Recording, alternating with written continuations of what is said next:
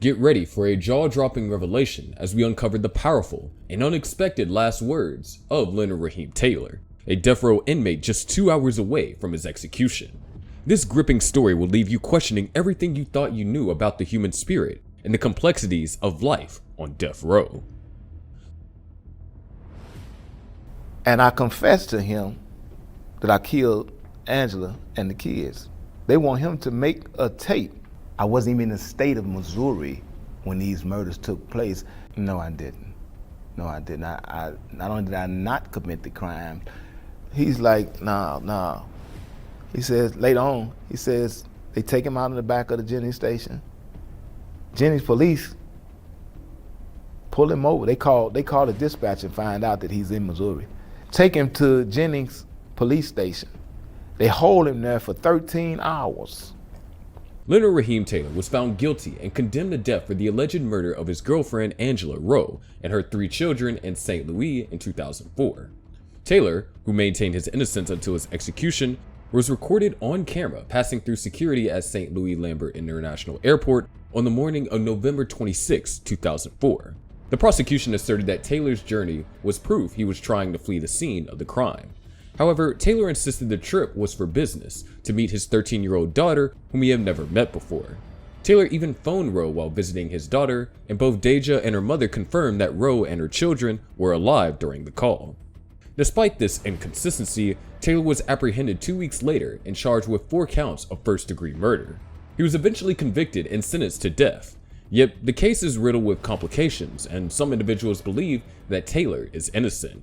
The prosecution's case primarily relied on circumstantial evidence with no eyewitnesses or physical evidence linking Taylor to the murders. So let's further dive into the entire story. Never been locked up for anything, had no kind of conviction or anything like that in the medical field. Plus he was they call him preacher, he was a deacon at the church and everything. No criminal record. Daughter played with them children. The oldest girl was 11 years old, Alexis. He says, and I seen a male at the house. The circumstances surrounding Angela Rowe's family became concerning when they hadn't heard from her in multiple days. On Friday, December 3rd, her sibling, George Juan, attempted to reach out to her children's school, only to discover that they'd been absent the entire week. An odd occurrence, as the children were never known to miss school. As a result, law enforcement officers were summoned to the Rowe's residence in Jennings, a suburb of St. Louis, at around 6 p.m. Upon arrival, they were met with a horrifying and grisly scene. Rowe's 3 kids, Alexis, age 10, Akra, age 6, and Tyrese, age 5, were discovered fully clothed and lying on a bed in the rear bedroom, each with a gunshot wound to their head. In the same room, a television was blaring. In the front bedroom, Rowe was found under a blanket, also with a gunshot wound to her head. The air conditioning was set to 50 degrees, and Joseph Leb from the medical examiner's office noted that Rowe's body was in rigor mortis, with her core body temperature slightly above 51 degrees.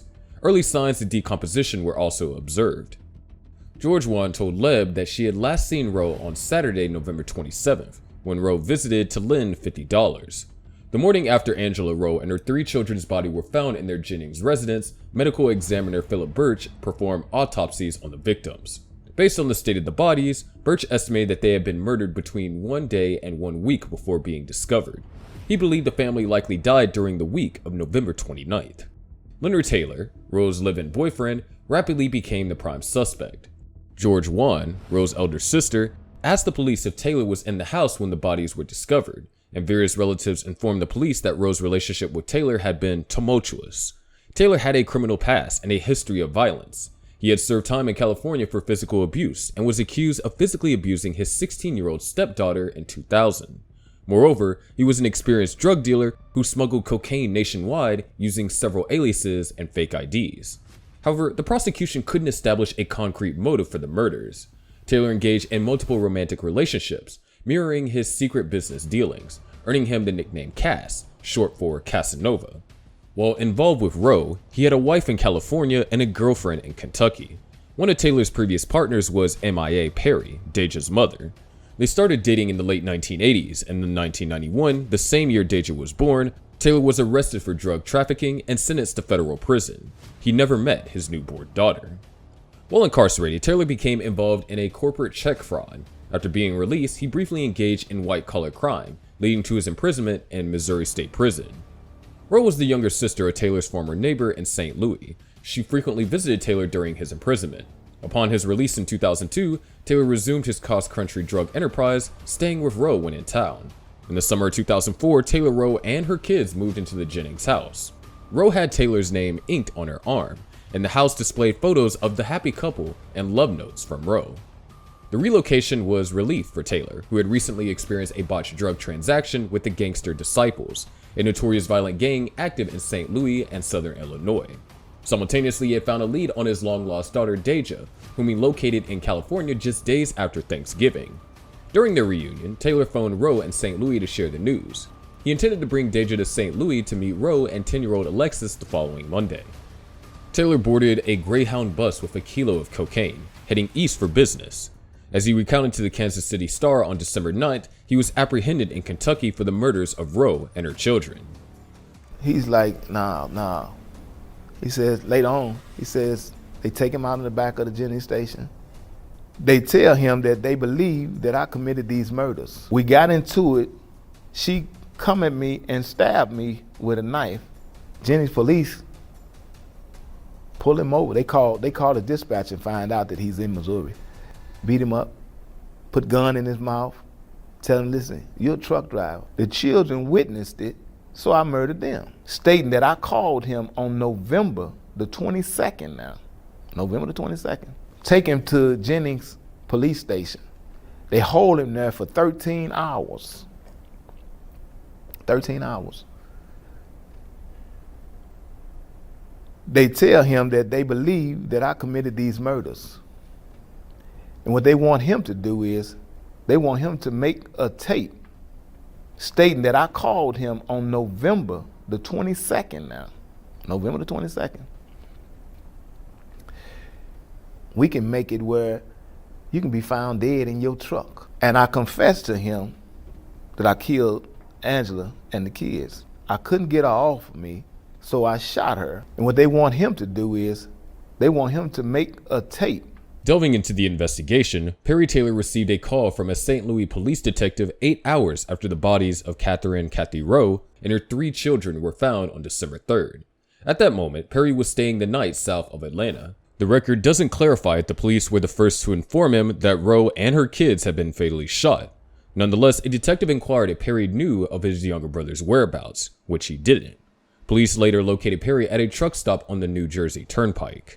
They escorted him to a nearby police station where they questioned him again about his last contact with his brother. Perry remembered his brother mentioning a rap concert in Alabama, but detectives claimed their records show otherwise. They also asked if Taylor possessed a gun. Perry admitted it wouldn't be surprising considering his brother's lifestyle.